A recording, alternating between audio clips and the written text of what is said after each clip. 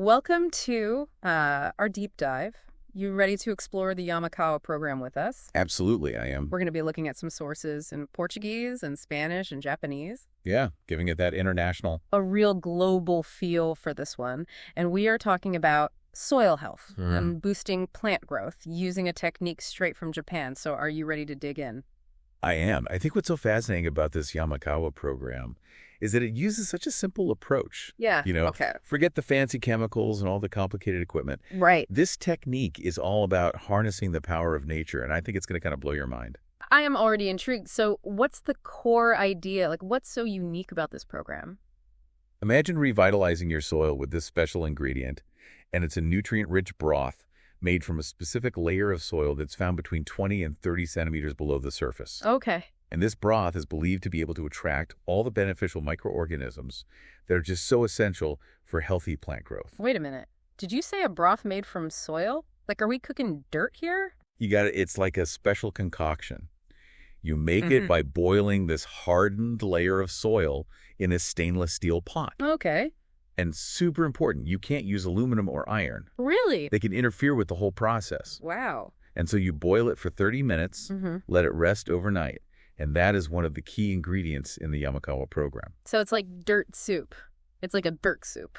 Yeah, you could call it that. I'm a little skeptical, I have to admit, but I'm super curious. Dude. Is this the only secret weapon in this Yamakawa program, or is there more? It's one of 3 key components. Okay. And they work together synergistically. Okay. So along with the soil broth, we have photosynthetic bacteria, and we also have yeast extract. It's like a power trio.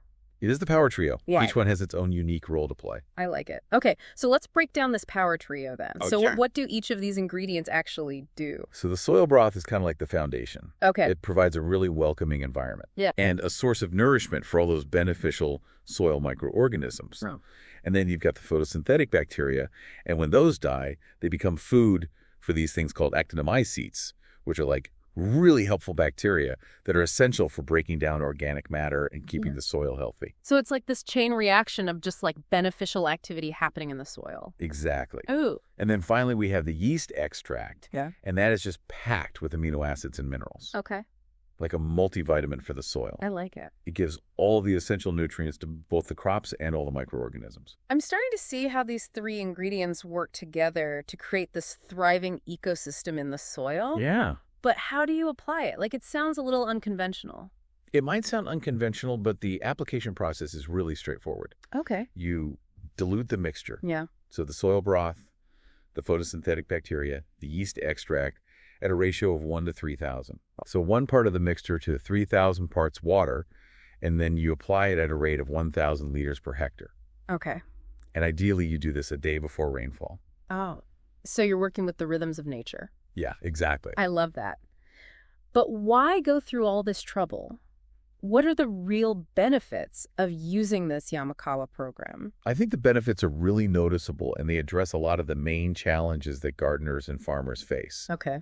The Yamakawa program really helps improve the structure of the soil because it creates these things called aggregates, Right. which are like these little clusters of soil particles, and it just creates a more stable structure, Oh. which improves drainage. Okay. So the water can penetrate more easily, Okay. and it stops that topsoil from just being washed away. Right. And then with that better drainage, the plants can access the nutrients so much better, which leads to better growth and higher yields. So improved soil structure, better water retention, and increased nutrient uptake, all leading to healthier and more productive plants. I'm starting to see why farmers might be interested in this program.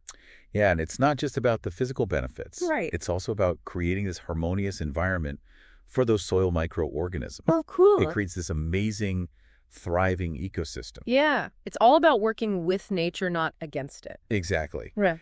And what's so interesting is that it uses things that are often just completely overlooked or even thought to be undesirable. Right. Like that hardened soil layer that we use to make the broth. Right. A lot of people think it's a hindrance to growth, but this program transforms it into a source of strength. Wow. It's a really beautiful example of how we can find solutions in the most unexpected places. Yeah, that's so cool. Okay, I'm definitely hooked. I have to know more. Where did this program come from, and who's the mastermind behind it? It was developed in Tokachi, which is a region in Hokkaido in Japan. And that area is known for its fertile farmland. And the man behind it all is this guy called Ryoichi Yamakawa. Okay. And he's a farmer who dedicated his life to finding natural and sustainable ways to improve soil health and boost those crop yields. So a real innovator. Yeah. Someone who's not afraid to think outside the box. Yeah. Yeah, it's inspiring to see people like that, pushing the boundaries and finding new ways to work with nature. I'm eager to dive deeper into the program and see, how we can apply it. Absolutely. There's so much more to uncover. Yeah. I think you're going to be really intrigued by how it can combat soil erosion. Oh. That's a big one. Okay. We'll look at that more in the next part of our deep dive. Yeah, I'm excited. Welcome back to our deep dive into this Yamakawa program. I'm still just amazed by this idea of using a soil broth to revitalize the land. It is remarkable, isn't it? It's like a magic potion for the earth. It really is that element of transformation that I find so fascinating, taking something that so many people see as a problem, that hardened layer of soil, and turning it into a solution. It's ingenious. It is. But, it's not just about the broth in isolation. It's how the Yamakawa program combines it with these other natural ingredients to create this symphony of life within the soil. That's a great way to put it, this symphony of life. So we were talking about it earlier. You mentioned that this Yamakawa program has this potential for combating soil erosion, which is a huge problem globally, right? Huge, absolutely. Yeah. Soil erosion is one of the biggest threats to our ability to grow food. Yeah. It leads to land degradation, it reduces those crop yields, and it even pollutes water. Yeah.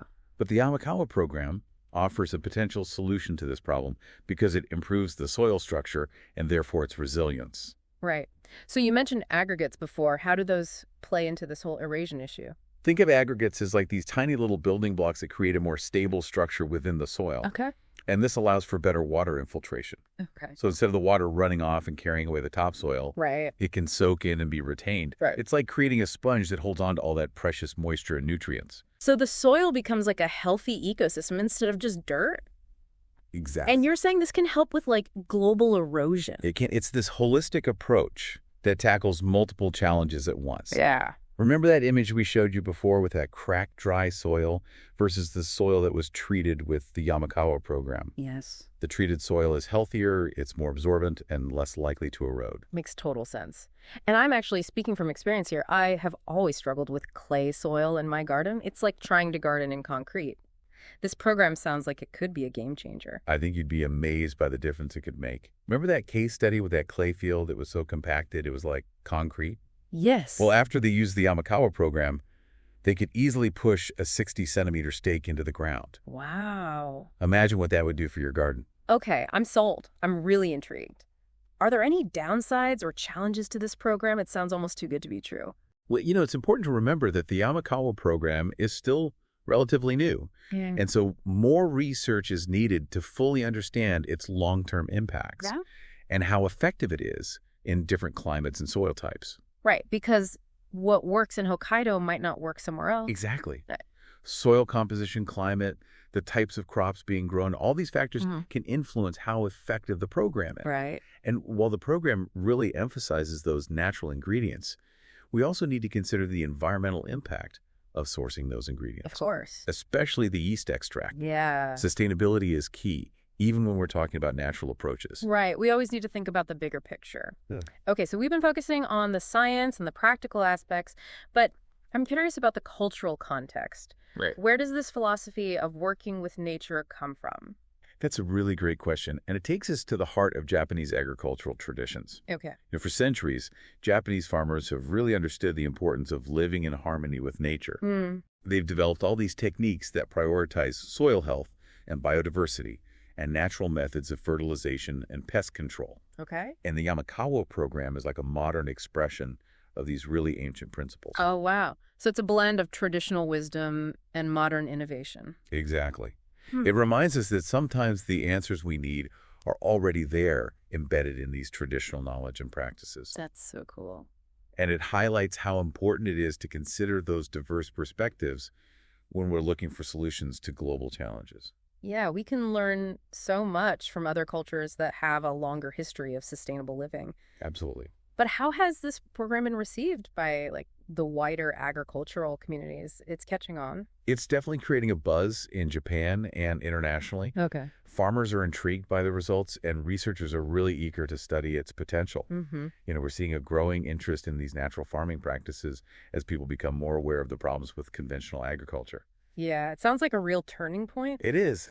A shift towards a more sustainable and holistic approach to food production. Do we have any specific examples of the Yamakawa program in action? Like, what kind of results are farmers seeing? There's a really interesting case study about this rice farmer in southern Japan. Okay. He was struggling with declining yields because the soil was compacted and the drainage was poor. Oh, man, I know that feeling. Tell me about it. Well, he decided to give the Yamakawa program a shot. Okay. After just one season, he saw a huge improvement in the soil structure. Really? His rice paddies weren't waterlogged anymore, and the roots could penetrate deeper into the soil. Wow. He even saw a 20% increase in his rice yield. That's incredible. And get this, he was able to reduce his use of chemical fertilizers. So he's saving money and reducing his impact. Exactly. It's a win-win-win. Yeah. And this is just one of many success stories that are starting to emerge from farmers who are adopting this Yamakawa program. It's really a reminder that sometimes these simple solutions can have the most profound impact. They really can. Okay, I'm ready to try this myself, but before I go digging up my backyard, are there any, like, key details I should know about implementing the program? Absolutely. The first thing you'll need to do is identify that hardened soil layer that's between 20 and 30 centimeters below the surface. Okay, right. The gold mine for our magic potion. Exactly. And remember, it's crucial to use that stainless steel pot. Right. No aluminum or iron. Exactly. And remember that dilution ratio for the soil broth, photosynthetic bacteria, and yeast extract, 1 to 3,000. Okay, 1 part mixture to 3,000 parts. Water. Got it. Okay. How often should I apply this? So the recommended application rate is 1,000 liters per hectare. Okay. And ideally, you would apply it a day before rainfall so it can really be absorbed well. We're working with nature. Precisely. Okay. And another really important tip is to avoid using chemical fertilizers or pesticides Okay. alongside the Yamakawa program, Got it. because they can disrupt that delicate balance of microorganisms that you're trying to cultivate. It's like a full commitment to a natural approach. Exactly. Really embrace the power of nature's own solutions. Okay. So I know you're eager to get started in your garden, but before we move on to that, let's zoom out a little bit and think about the bigger picture. Okay. So what about scaling this up for larger farms? What are the challenges to implementing the Yamakawa program on a commercial level? Welcome back to our final part of our deep dive into this Yamakawa program. I don't know about you, but I'm definitely seeing my own garden in a whole new light after this. I know, me too. It might be time for me to ditch the chemical fertilizers and try something a little more natural.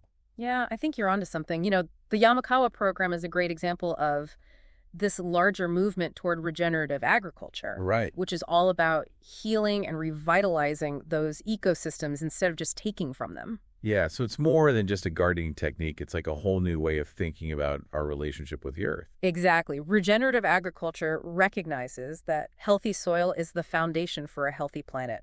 It's about building that topsoil, increasing biodiversity, improving water cycles, and just creating a more resilient ecosystem in the face of climate change. Right. And the Yamakawa program is a perfect example of how we can actually put those principles into action. It's so amazing to think that something as simple as a soil broth could be a part of a solution to all these complex problems. Might seem simple on the surface, but it's incredibly powerful. Yeah. By Right. fostering this community of microorganisms in the soil, the Yamakawa program helps to restore that natural balance that's been disrupted by all those conventional farming practices. And this shift towards regenerative agriculture seems to be gaining momentum, like, globally, right? Absolutely. Yeah. More and more people are recognizing that we urgently need to address issues like soil degradation, biodiversity loss, and climate change. Right. They're looking for solutions that work with nature, not against it. Yeah, and it really seems like this Yamakawa program is at the forefront of this movement.